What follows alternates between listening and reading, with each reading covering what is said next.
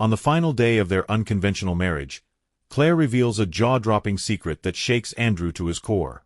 A photograph she shares connects their lives in ways he could never have imagined, forcing him to confront his family's buried past. What started as a thoughtless dare spirals into a moment of raw truth and vulnerability. As Andrew grapples with the revelation, the decision he makes next could change everything. But Claire's parting words leave him questioning what truly matters in life, setting the stage for an unforgettable twist. But before we dive in, leave a comment and let us know where you are watching from today. And if this story speaks to you, hit that subscribe button for more amazing stories. In the sleek modern offices of Sterling Enterprises, Andrew Sterling, a charming billionaire in his mid-30s, leaned back in his leather chair, smirking as he swirled a glass of whiskey. Known for his outrageous bets and devil-may-care attitude, Andrew thrived on thrill-seeking adventures. To him, life was a game, and he was the undefeated player. His closest friends, a group of equally wealthy but far less daring men, sat around him, laughing and swapping stories of their latest escapades. "You've done it all, Andrew," one of them joked. "What's left to top your last stunt? Marry a stranger off the street." Andrew's smirk grew wider. "A stranger off the street? That's too easy. How about I marry a homeless woman instead?" Laughter erupted, but Andrew wasn't joking. Fueled by whiskey and his insatiable need to prove himself, he leaned forward. "I'll do it. A wedding to a homeless woman by the end of the week. 10 million says I can pull it off." The room fell silent for a moment, then erupted again. His friends agreed to the outrageous dare, confident Andrew would make it happen. After all, when had he ever backed down from a challenge? The next morning, Andrew, dressed in a tailored suit worth more than most people's annual salaries, strolled through a bustling park near his office. His sharp eyes scanned the area until they landed on a woman sitting alone on a bench, her face obscured by a hood. Her clothes were tattered, her hands clasped around a steaming cup of coffee from a nearby shelter. "Perfect," Andrew muttered under his breath, walking over with his signature confidence. The woman looked up as he approached, revealing a face that, despite the grime and exhaustion, held a striking beauty. Her green eyes were piercing, and her posture, though hunched from the cold, hinted at a dignity that didn't match her circumstances. "Hi," Andrew said smoothly. "I'm Andrew. What's your name?" She eyed him warily. "Claire," she replied cautiously. "Claire, I have a proposition for you." He smiled, his teeth gleaming. "Marry me. 1 week, no strings attached. I'll take care of you during that time, and when it's over, I'll give you enough money to start a new life."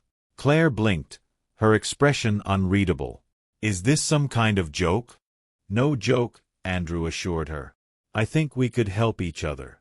You get stability and a fresh start, and I get, let's call it an interesting story." Claire's lips curled into a small, knowing smile. "You're serious, aren't you?"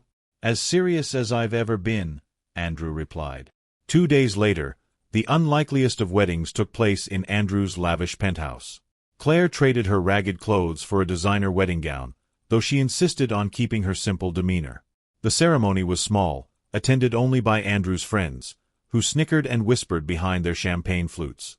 Claire, however, carried herself with quiet grace. As Andrew slipped a diamond ring onto her finger, she looked him in the eye, her gaze sharp and almost amused. It sent a shiver down Andrew's spine, though he didn't understand why. "This is just for fun," Andrew reminded her afterward, as the two of them sat in the opulent living room. "You're free to leave after a week, with a hefty check in hand." Claire only nodded. "I understand," she said simply, though her enigmatic smile lingered. As the days passed, Andrew found himself drawn to Claire in ways he hadn't expected. She was intelligent, quick-witted, and, despite her circumstances, seemed to know more about high society than she let on. She spoke fluent French, played piano effortlessly, and had an uncanny ability to read people. "How do you know all this?" Andrew asked one evening, genuinely intrigued. "I've lived a lot of lives," she replied cryptically. Andrew's friends, meanwhile, continued to tease him, but their mockery started to lose its sting. The more time he spent with Claire, the more he realized how shallow his life had been. For the first time, he questioned whether this dare had been a mistake. On the 7th day, as their marriage came to an end, Andrew prepared to hand Claire the promised check. They sat across from each other in his office, the city skyline glittering behind them. "Here it is," Andrew said, sliding the check across the desk. "You've been a good sport, Claire. This should help you get back on your feet." Claire looked at the check but didn't pick it up. Instead, she leaned back in her chair, her green eyes glinting with something Andrew couldn't place. "You know, Andrew," she began, her voice calm but firm, "there's something I haven't told you." Andrew froze. "What do you mean?" Claire reached into her bag and pulled out a photograph. She placed it on the desk, sliding it toward him. Andrew's eyes widened as he stared at the image.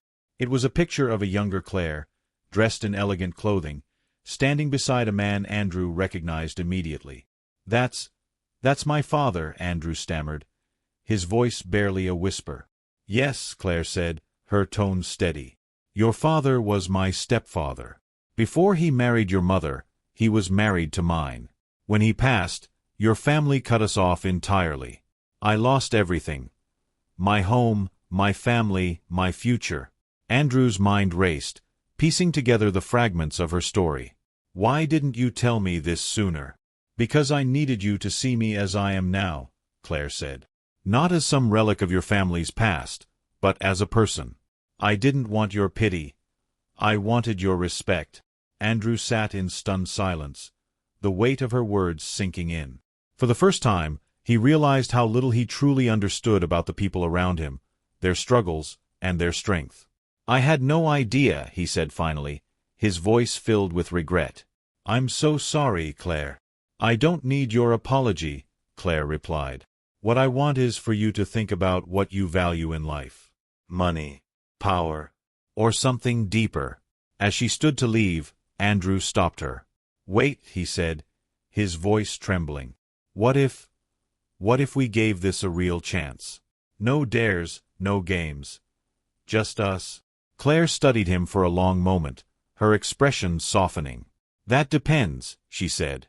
"Are you ready to stop playing and start living?" In the days that followed, Andrew made a choice that shocked everyone. He stepped back from his reckless lifestyle and began working on rebuilding the bridges his family had burned. With Claire by his side, he discovered a life far richer than he'd ever imagined, one built on connection, respect, and second chances. And though their marriage had started as a dare, it became something neither of them could have ever expected, a partnership rooted in honesty, understanding, and the courage to confront their pasts. Because sometimes, the most shocking secrets lead to the most beautiful revelations.